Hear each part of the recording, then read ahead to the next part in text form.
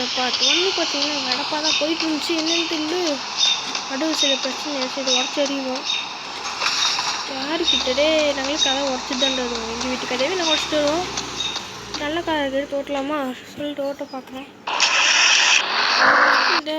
ஐயோ